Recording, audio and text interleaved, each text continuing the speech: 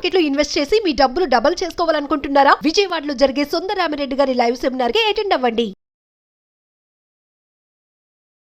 నమస్తే, welcome to Suman TV. చైనాలో చూసినటువంటి హెచ్ఎంపివి వైరస్ ఇప్పుడు అందరినీ భయపెడుతుందా?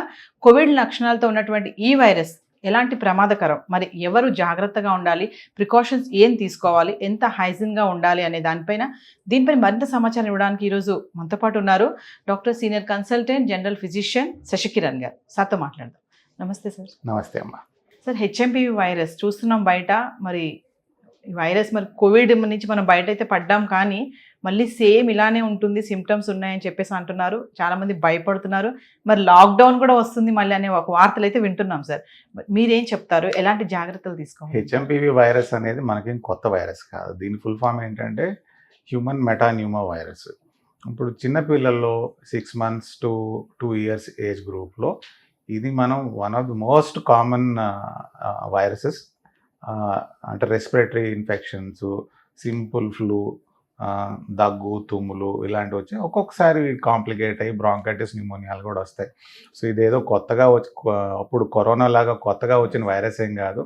ఇది 2001లో నెదర్లాండ్స్లో ఫస్ట్ డిస్కవర్ చేశారు. అప్పటి నుంచి మన దగ్గర వస్తూనే ఉన్నాయి. ఇప్పుడు సడన్గా there is small epidemic in China.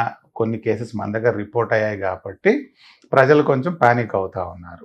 So ఇదేం కొత్తగా వచ్చింది ఏం కాదు. సార్, బెంగళూరులో ఒక కేసు వచ్చింది 18 months బేబీకి అని అంటున్నారు కదా సార్. అది నిన్నటి నుంచి మీడియా రిపోర్ట్స్ ప్రకారం ఆల్మోస్ట్ 7 cases బెంగళూరు, పూణే, నాగ్పూర్లో డిటెక్ట్ అయ్యాయి. And most of these cases పిల్లల్లో, చిన్నపిల్లల్లో ఉన్నట్టుగా రిపోర్ట్స్ చెప్తున్నాయి. అంటే దీనితో వచ్చేది కోవిడ్ లాగా అంత ఫేటల్ డిసీజ్ ఏం కాదు. మనం తెలుసుకోవాల్సింది ఏంటంటే అంత ఫస్ట్ పానిక్ అవ్వద్దు కదా అన్నాను కదా అని అజాగ్రత్తగా కూడా ఉండకూడదు. మనం ప్రికాషన్స్ కూడా తీసుకోవాలి. సో వీళ్ళకి వచ్చింది సింపుల్ జ్వరాలు, రెస్పిరేటరీ ఇన్ఫెక్షన్స్తో వీళ్ళు అడ్మిట్ అయ్యారు. ఇన్సిడెంటల్గా they have been detected to be HMPV positive. ఇప్పుడు మన దగ్గర హాస్పిటల్, యశోద హాస్పిటల్లో కూడా మేము రొటీన్గా ఫిల్మారే అని వైరసెస్ అన్ని చెక్ చేస్తాం ఇట్లా ఇన్ఫెక్షన్స్ వచ్చినప్పుడు. అందులో రొటీన్గా ప్రాబ్లీ వీక్లీ 2 or 3 మేము హెచ్ఎంపివి అనేది పికప్ చేస్తూ ఉంటాం. సో దాని గురించి మనం అంత పానిక్ అవ్వాల్సిన అవసరం లేదు. అంటే ఈ వైరస్ విషయంకి వస్తే సార్, అంటే ఎవరు ఎక్కువ జాగ్రత్తగా ఉండాలి అంటారు? ఎక్కువ మనం ఇప్పుడు చూసే ఇన్ఫెక్షన్స్ చిల్డ్రన్లో less than 2 years ఆర్ ఒక్కొక్కసారి pregnant females and extremes of age, మరి ముసలి వాళ్ళలో more than 65 years, షుగర్ పేషెంట్లు, గుండె జబ్బులు ఉన్నవాళ్ళు, హెచ్ఐవి ఉన్నవాళ్ళు, ఇలాంటి వాళ్ళకి మోర్ సివియర్ ఇల్నెసెస్ రావచ్చు. కాబట్టి ఈ set of population extremes of age అంటాం. less than 2 years or more than 65 years, more than 65 with comorbidities అంటాం కదా, ఇతర ఆరోగ్య రీత్యా ప్రాబ్లమ్స్ ఉన్న వాళ్ళు, వీళ్ళు ఎక్కువ జాగ్రత్త పడితే మంచిది. అంటే చిన్నపిల్లలు అంటున్నారు కదా సార్, వాళ్ళని కొంచెం మనం జాగ్రత్తగా చూసుకోవడం అంటే అది చాలా కొంచెం ఇబ్బందికరంగానే ఉంటుంది. అంటే పేరెంట్స్ ఎంత వాళ్ళని కేర్ తీసుకోవాలంటే ఎలాంటి విషయాల్లో? అంటే వీళ్ళకి ఏంటంటే సపోజ్ ఎవరికైనా ఫ్యామిలీలో రెస్పిరేటరీ ఇన్ఫెక్షన్, జ్వరం కానీ జలుబు కానీ వస్తే కొంచెం బ్యారియర్ ప్రొటెక్షన్ అంటాం, ఐసోలేషన్ అంటే మాస్క్లు వేసుకోవటం కానీ, ఇప్పుడు ఫీడింగ్ సపోజ్ మదర్కి ఇన్ఫెక్షన్ వచ్చింది ఆర్ పేరెంట్స్ ఫాదర్కి వచ్చింది, సో పిల్లల దగ్గరికి వెళ్ళేటప్పుడు మాస్క్ వేసుకుని ప్రొటెక్ట్ చేసి, దగ్గేటప్పుడు తుమ్మేటప్పుడు కొంచెం అవేగా ఉంటే అదొక ప్రొటెక్షన్గా ఉంటుంది. ఇంకోటి ఏంటంటే వీళ్ళకి ప్రాపర్గా nutritious food, balance diet, more of fruits, antioxidants ఉన్న ఫ్రూట్స్, వెజిటబుల్స్, సాలెడ్స్ ఎక్కువ ఇచ్చి, బయట జంక్ ఫుడ్ అవాయిడ్ చేస్తే పిల్లలకి మంచిది. అండ్ థర్డ్, క్రౌడెడ్ ప్లేసెస్లోకి వెళ్లకుండా, ఇప్పుడు మాల్స్లోకి, సినిమా థియేటర్స్లోకి ఇట్లా ఉన్నప్పుడు, ఎస్పెషలీ వాళ్ళకి ఫీవర్ కానీ ఇన్ఫెక్షన్స్ కానీ వచ్చినప్పుడు అవాయిడ్ చేస్తే వీళ్ళకి చాలా మటుకు మనం ప్రొటెక్ట్ చేయగలం.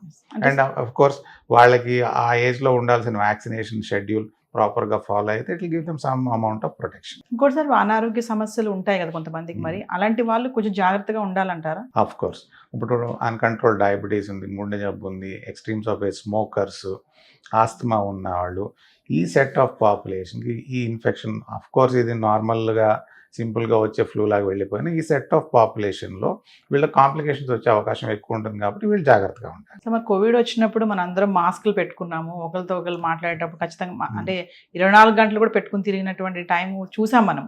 మరి ఇప్పుడు కూడా మాస్కులు పెట్టుకోవాలి అంటారా? మనకు ఇంకా అంత ప్రివలెన్స్ అయితే రాలేదు, ఏదో ఐసోలేటెడ్ రిపోర్ట్స్ వస్తూ ఉన్నాయి.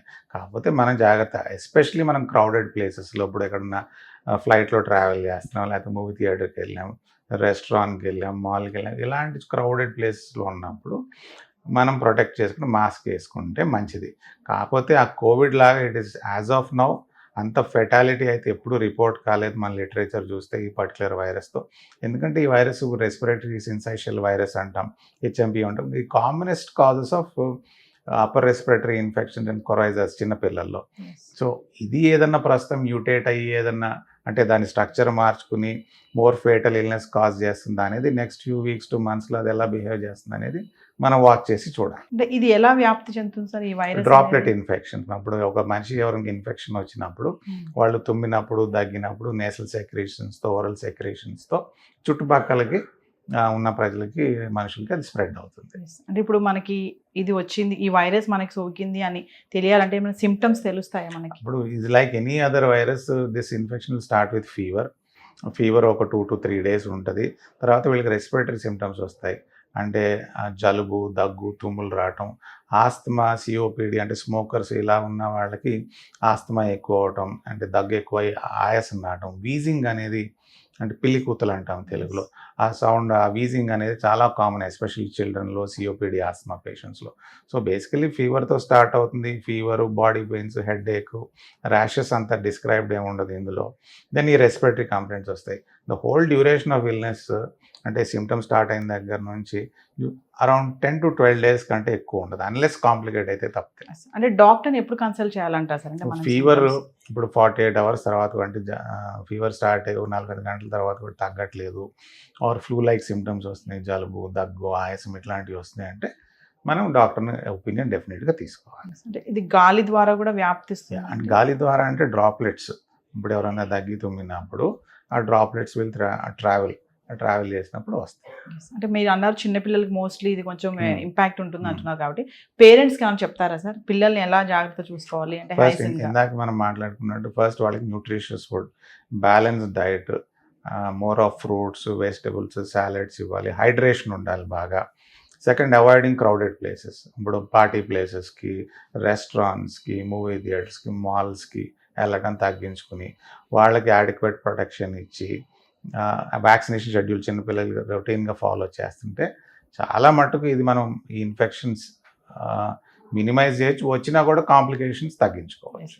సో ఫైనల్గా అంటే హెచ్ఎంపీఏ వైరస్కి అంత భయపడాల్సిన అవసరం ఉంది అంటారా, లేదు అంటారా? లేదమ్మా. ఇప్పుడు దాని లిటరేచర్ చూస్తే మనం మెడికల్ లిటరేచర్ హెచ్ఎంపీ వైరస్ ఎలా బిహేవ్ చేస్తుంది, it usually causes a very mild illness.